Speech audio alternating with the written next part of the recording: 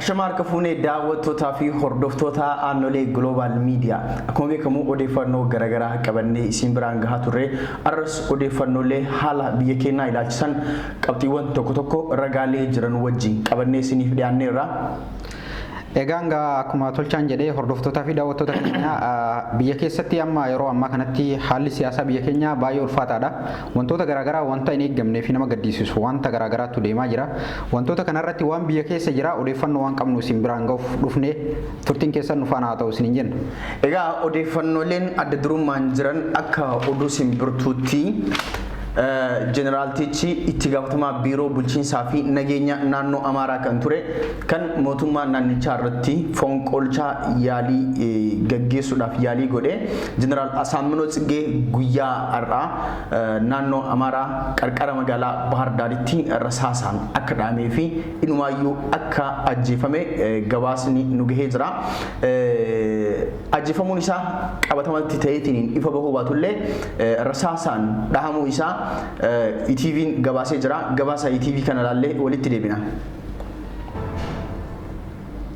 በአማራ ክልል የተሞከረውን መፈቅለ መንግስት በማቀነባበር የተጠረጠሩት የክልሉ የሰላምና ደህንነት ግንባታ ቢሮ ኃላፊ ብርጋዴር ጀነራል አሳምነው ጽጌ ዘንዘልማ በሚባል አካባቢ መመታታቸውን የአማራ ክልል ፖሊስ ኮሚሽን አስታውቋል።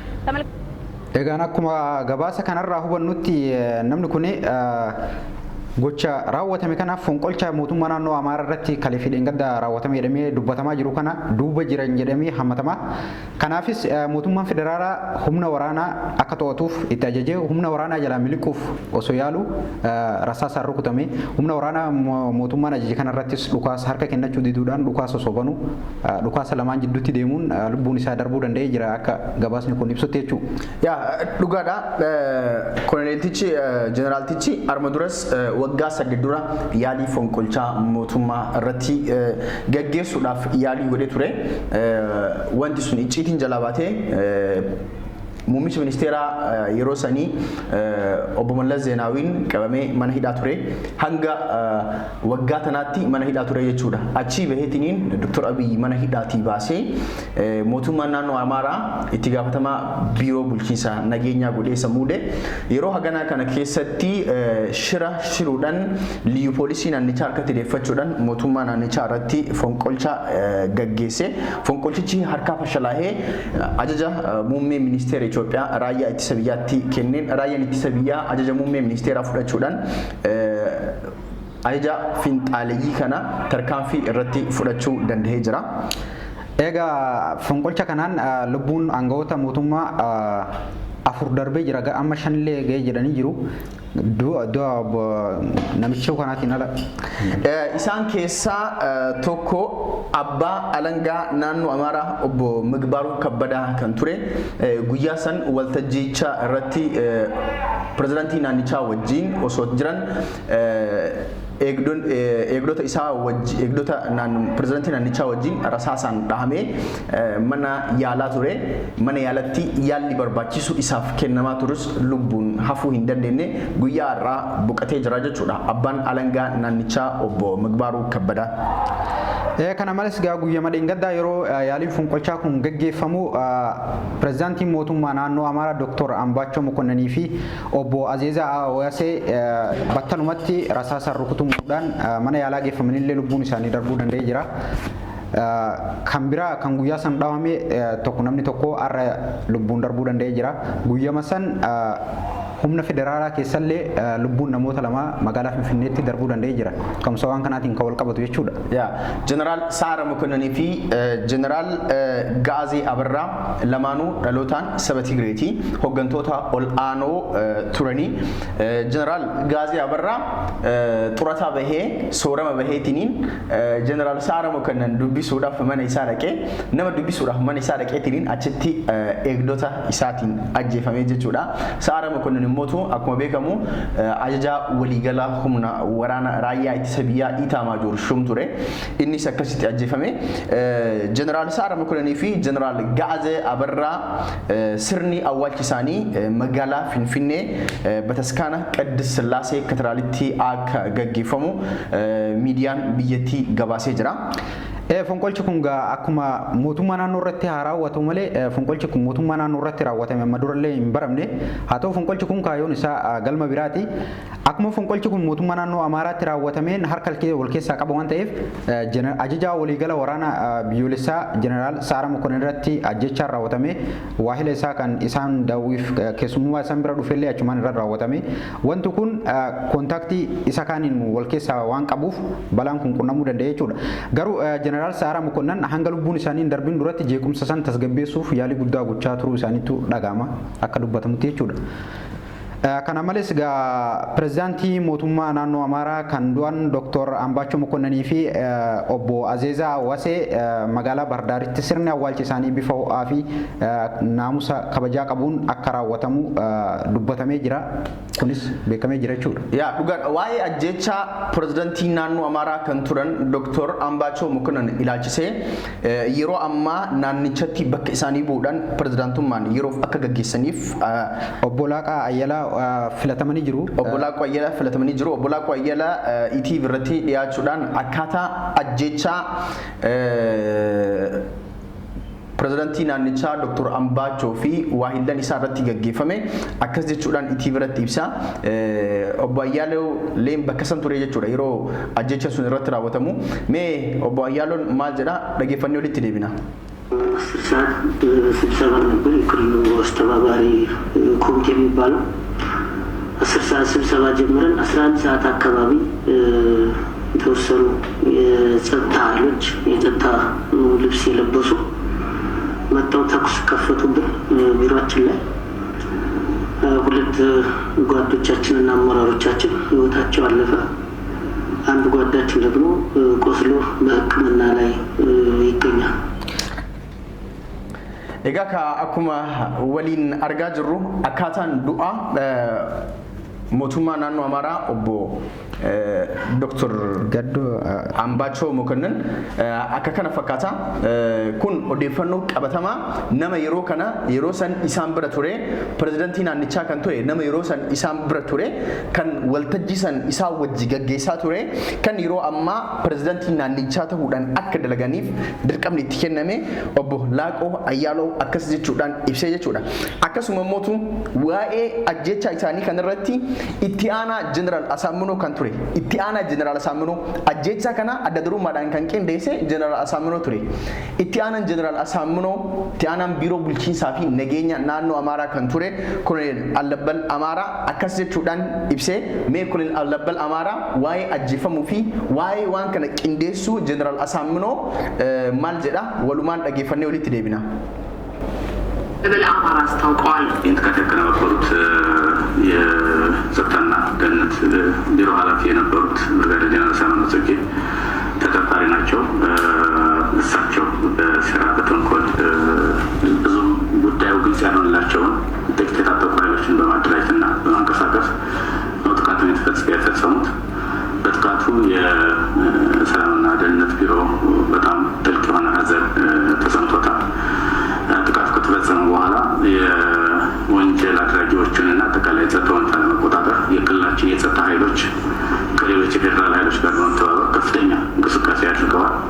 በእንቅስቃሴም አብዛኛዎቹን የችግር ፈጣሪዎችን ወይም ደግሞ ጥቃት አድራሾች በቁጥጥር ስር ውለዋል። የተወሰኑትም እጃቸውን ላለመስጠት ባደረጉት ሙከራ ተገድለዋል። በጣም ጥቂት የሚባሉ ለጊዜው በጫካም በተለያዩ አካባቢዎች ተደብቀው የሚገኙ ይኖራሉ ብለን እንገምታለን። እነሱንም ለመቆጣጠር በሚያስችል ሁኔታ የተቀናጀ ክትትል አሰሳ እያደረግን ያለ ነው። አሁን ባለው ሁኔታ የጸጥታ ኃይሉ በደንብ ተደራጅቶ የጋራ እቅድ አውጥቶ እየተንቀሳቀሰ ነው የሚገኘው። እየተረፉ ጥቃት አድራሾች ወዴት አካባቢ ሊሄዱ ይችላሉ የሚለውን ቅድመ ግምትና ትንበያ በማስቀመጥ ይሄዳሉ በምንላቸው አካባቢዎች ሁሉ መንገዶችን በመዝጋት የጸጥታ ኃይሎች ከፍተኛ የሆነ ስምሪት እያደረጉ ነው ያለው። በጣም ጥሩ ውጤት የተገኘበት ነው ያለው።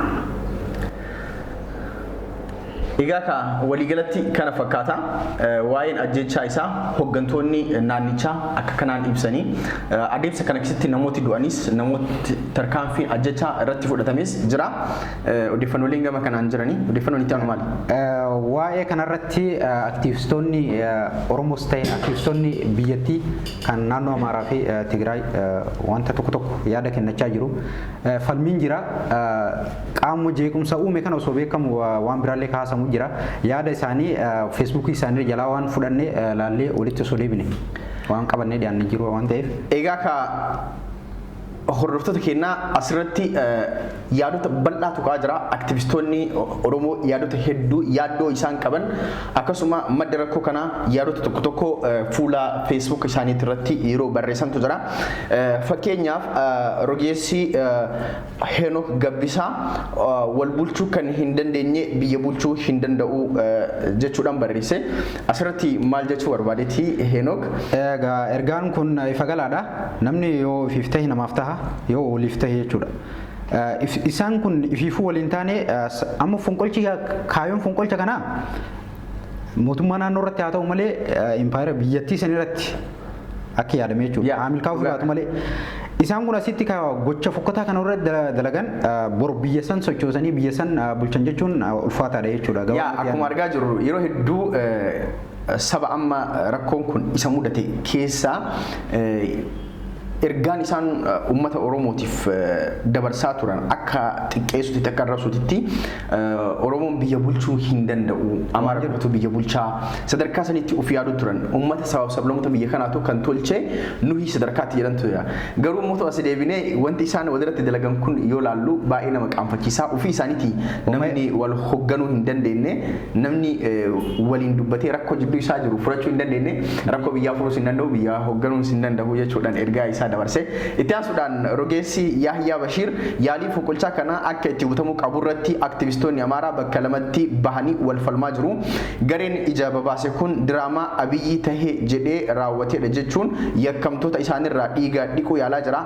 Gareen kaan ammoo baay'inni Abiyyiin jibbinuyyuu haqa kana haaluun rakkisaadha jechuudhaan jidduu isaaniitti akka wal falmaa jiran.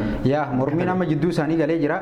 Gareen tokko waan kana Abiyyiitu qindeessee namni yeroo kanatti biyya bulchaa jiru Prime Minister Dr. Abiy Ahmed waan kanaaf sababni Dr. Abiy Ahmed jedhanii akka sababaatti dhiyeessaa jiru. Gareen kun ammoo dhugaa waan kanaa waan beekaniif qaama mootummaa keessa hojjetu naannoo Amaaraa waliin hojjetu kan mootummaan naannoo Amaaraa wanni godhatee qaxaratee hojjechiisaa jiru ture balaa kana itti dhale. Dhugaa kana osoo garuu akkannee jibbinuyyuu Dr. Abiy jibbinuyyuu dhugaa kana osoo garuu haallee waliin faallu jechuudhaan wal mormaa jiru jechuudha. Isaan lamaan gidduutti amma warri daraan deemu warri karaa daraatiin taayiteetti bahuu barbaadu kanallee duula godhanii ittiin Dr. Abiy irratti duulaa jiru jechuudha. Gareen kun ammoo dhugaa osoo garuu haallu jechuudhaan dhugaa jirtu ifa kaa'aa jiru jechuudha. Gama biraatiin rogeessi beekamaan Farhaan Abdusalaam sabboontota Oromoo filatee eegduu isaa taasifachuun Dr. Abiy hammamu afaaniin waa jedhus Oromoo qofa akka manu ibsa. Kanumaafuu hanga amma dandamatee bakka san dafee malate. Akkuma beekamu Dr. Abiy yeroo hedduu yaaliin fonqolchaa irratti gaggeeffame shira uummata kanaas hin beeka.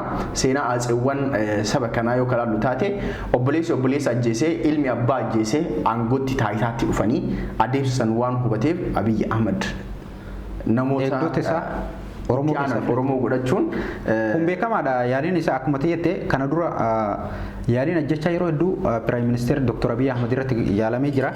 Keessattuu gaafa hiriira deeggarsaa magaalaa Finfinneetti godhame irratti wanti hin eegamne tokko osuma qophiin gaggeeffamaa jiru mudatee ture.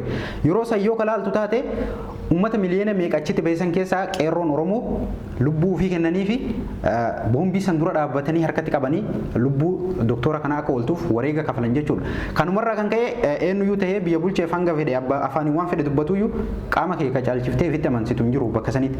Sababa kana eegdota isaanii sabuma ofii keessaa namoota amanan godhatanii kanaan hanga tokko rabbii gaditti har'a eegan jechuu barbaadeeti rogeessi kun. Gama biraatiin ammas rogeessi Oromoo obbo Yahyaa Bashiir fonqolchi kun osoo milkaa'ee jiraatee wal waraansa biyyattiin itti seentu tilmaama. Wanti kun akka Oromootti ergaa of sirreessii guddaa nuuf dabarsuu dhalate yoo gameessa gowwaa irraa waa baratu taaneef jedha Yahyaa Bashiir. Yaa inni kun maali beektaa waan tokko jira. Raawwii tokko itti raawwatu raawwii galma siif ga'uu fi raawwii karatti si harkaa hafu jira. Raawwii garii akka galma si ga'u ni beekta yeroo raawwachuuf itti deemtu. Garii ammoo naagaa moo naan ga'u jettee shakkiidhaan itti deemta jechuudha. Raawwiin kun amma raawwii galma naagaa moo hin ga'u waan jedhan shakkaatuma itti deeman jarri akka milkoo'ineef illee osoo beekanii tarii yoo milkoo'ine jechuudhaaf itti deeman. Raawwiin kun garuu hin milkoo'inee fi battalumatti harkaa fashalaa'ee jira. Lubbuun namootaa darbee jira. Garuu osoo kan milkaa'uuf ta'e raawwiin kun fonqolcha mootummaa naannoo Amaaraa irratti raawwatame malee kaayyoon isaa galma masaraa mootummaa biyyoolessaatiif deema. Galma masaraa mootummaa biyyoolessaas ta'e biyya san harkaa qabu Oromoodha. Kanaaf Oromoonni waan kanarraa waa barachuu qaba. Ergaa dabarsee. Yaa ulfaatu Prime Minister kana qofa osoo hin taane mootummaan naannoo Oromiyaatu ifeeguu qaba jechuudha. Kun gorsa jechuudha. Gama biraatiin ammas Farhaan Abdusalaam yeroo akkanaa Dr. Abiy deeggaruun Oromoo deeggaruudha. Dr. Abiy isaanitti hammaatee miti Oromoo irraa ta'utu jaratti hammaate. Nutis amma toltuufamtuu isaatiin osoo hin taane Oromoo ta'uu isaatiin isa deeggarra. Lola waggaa 500 dura wal yaadachiisuun lola Oromoo irratti banan ta'uu ni yaadattu. Kana kan jedhee tures kan fonqolcha hoggane Jeneraal Asaaminoo Tsiggee ta'uu ni yaadattu. Kanaafuu ammaaf komii akka Oromootti Dr. Abiy irraa qabnu duubatti haa qabannu itti deebinaa Dr. Abiy cinaa haa hiriirru jedha rogeessi beekamaan Farhaan Abdusalaam. Ergaan kun ergaa guddaadha. Waan dhaamuu qabullee waan Oromoon an Oromoodha jedhu raawwachuu qabudha yeroo kanatti. Siyaasaan namoota gargar tahee namni siyaasaa isaa fedhiin siyaasaa isaa gargar ta'uyyuu yeroo kanatti namni biyya sana harkaa qabu Oromoodha. Oromoo tahee biyya saniif Oromoo caalaa saba biraatti waa godha jedhee Oromoon komatuyyuu yeroo kanatti Abiy deeggaru jechuun Oromoon of deeggarudha. Maqaa ofii eeggachuudha. Biyya kana taate kana keessatti yeroo kanallee diinni nu irratti duulaa jira. Balaa fi walirra raawwate kana osoo argu kanaaf ka Abiy raawwate jedhee mormu jira. Rakkoo siyaasa jidduu keenyaa dhiifnee yeroo kanaaf Dr. Abiy cina dhaabbachuudha. Rakkoo jidduu keenyaa of duratti itti deebina. Akkas. Gama biraatiin rogeessi aktiivist Muhammad Ololoo abbatu of mara bofti jechuun haasa'u isaa mammaaksaan kan eegale rakkoon nageenya Itoophiyaa keessumattuu kaaba biyyattii irratti yeroo ammaa adeemutti jiru duudhaa Habashaa irraa madda malee hojii nam tokko yookaan murna tokko kan ibsamu miti. Duulli kun jibba Oromoo irratti godhan ta'ee sadarkaadhaan waan wal caalaniif warra jibba jabaa kana warra jibba lafa galaafate. Akka qeeqaatti dursa mootummaan of dagachuu isaa kaasuu dandeenya. Garuu tokko Oromootti qolachuu dandeenya. Garuu akka Oromootti qolachuun filannoo osoo hin taane dhimma jiraachuu fi jiraachuu dhiisuuti. Boruuf hoo maal gochuu qabnaan wal marii humnoota Oromoo ta'uu qabaa. Kun ergaa jabaadha. Beekamaadha. Ergaa jabaa. Muhammad asirratti maal jechuu barbaade? Wanti amma Jeneraal Asaaminoo Tsiggee godhu kuni yaada miira Asaaminoo qofa osoo hin tahin duuba isaa fi moototi Habashaa hundinuu adeemsi isaan gara aangootti ittiin dhufan wanti isaan beekan adeemsa kana. Akkuma jalqaba kaafne abbaan ilma ajjeesee aangoo dhaala kun kan ajjeesee aangoo dhaala. Adeemsi dimokiraasii wanti jedhamu sadarkaa sabichaatittuu arma dura hin jiru jechuudha. Kanaafi waan kanarraa mootummaan uf dagachuu isaa mootummaan arma dura osoo uf dagachuu baate osoo qophaa'ummaa qabaate wanti kun hin dhalatu. Biyyi teenya Itoophiyaan yeroo ammaa yoo xiqqaate namoota 5-6 hooggantoota jajjabaa warri biyyi sun hin qabdi jetteetiin abdii irraa qabdu dhabee jechuudha. Mootummaan osoo ka'uuf eegu taate waan kana hin kasaaru. Namoota kanneen dhabuun Itoophiyaadhaaf aarsaa guddaadha. Kasaaraa guddaadha. Kana mootummaan osoo dursee ka'uuf eegu taate wanti kun nu hin mudatu. Inni biraa wanti akkanaa deebi'ee akkanutti hin dhufne waliin mari'achuun waan humnooti siyaasa Oromoo gochuu qabanii amma waan kana keessa darbuu qabnaadha. Egaa ka hordoftoota keenya yaadoti namooti barreessan isaan kanneeni inni akka biraatitti dhumarratti isiniif dhiyeessinu aktivist ittaanaafte haalli biyya keessa jiru baay'ee nama gaddisiisa. Warra lubbuun darbe Waaqayyo jannataan haa qananiisu. Maatiiwwan isaanii Waaqayyo haa jajjabeessu. Du'a miillana kan hammaata taasisu aangawoota gurguddoo irratti raawwatamuu isaati. Kanarraa kan hafe lubbuun nama tokko garagaratti darbee jira. Du'a isa tokko osoo dubbatamee hin raawwanne kan isa kaanii dhaga'ama. Keessumattuu maqaan ajjeechaa jedhuu fi Oromiyaan ammallee adda ba'uu hin dandeenye. Gaafa aangawoota kana dubbannu Oromoon torbaaniin ajjeefamaa akka jirus walumaan yaadachuutu barbaachisa. Lubbuun nama hundaa tokkuma, ajjeefamuu nama tokkos ta'u baay'ee nama gaddisiisa. Nageenya biyyaafis yaaddessaadha. Walumaa galatti itti aanan biyyattiin rakkoo hamaa keessa akka jirtu eeruudhaan lubbuun Oromoos lubbuudhuma gaafa waa'ee aangawoota kanaa dubbannu waa'ee lubbuu Oromoo torbaan ajjeefamaa jirtus dubbachuu qabna, walumaan yaadachuu qabna isa jedhudha. Kun beekamaadha. Amma hanga amma istiidiyoo kana seennetti lubbuun aangawoota biyyoolessaa darbaa jira. Namni qaama abbaa haqaa naannoo Amaaraa ganama kana du'e akka nu dhageenyetti balaan kun erga dhalatee lubbuun namaa badaatuma jira. Ammallee hin beekamu wanni kana booda dhagahamu. Kanaaf kun akkuma jirutti xiyyeeffannoo guddaa kennamuufii qaba. Ummataanis ta'e mootummaan ummataa fi mootummaa wal quba qabaachuu qaba. Waa'ee kennallee jidduun dagachuun hin barbaachisu. Kanaaf walumaa galatti Oromoon tokko tahee waan isatti dhufuuf jiru kana billicha itti jedhe kana xiyyeeffannoon ofirraa eeguu qaban nuufis dhaamsa kenna. Egaan hordoftoota keenya odeeffannooleen haala biyyaa irratti qabannee isiniif dhiyaanne kanneen yeroo gara yerootti odeeffannoo waqtaawaa qabannee isin biraan geenna. Page Facebook keenya like gochuudhaan hordofaa, YouTube channel keenya subscribe gochuudhaan hordofaa. Aannolee Global Media yeroo gabaabaa keessatti gara toora satellaayitiin kan isin bira ga'u ta'a. Qophiin keenya guyyaarraa kanumaan raawwata. Sagantaa birootiin hanga walitti deebinutti nagaan nuuf tura. Egaa nagaan dhaammachuun dura akkuma tiyyetti anis hordoftootaa fi daawwattoota keenya wanti itti dhaamadhu jira akka ogeessa gaazexeessaa miidiyaa kanaatti jechuudha. Miidiyaan keenya akkuma muhni baalaan bareedu yaada keessaniin bareeda. Yaada keessan karaa keessaatiin qeeqas ta'ee komii fi ergaa qabdan nungaa hanqinootaa fi cimnoota keenya yaada keessa yoo nu geettan nu wanta amma duraan dhaqqabuuf yaalla. Dongora raawwannee yoo jiraate dongora keenya sirreeffachuu qophiidha. Kanaaf yaadni keessan nu cimsa nu tuba waan ta'eef yaada keessan nungaa isiniin jenna. Kan har'aatiif kanuma galatoomaa fuulduratti qophii biraatiin hanga walitti deebinutti nagaa faana nu turaa jennaan.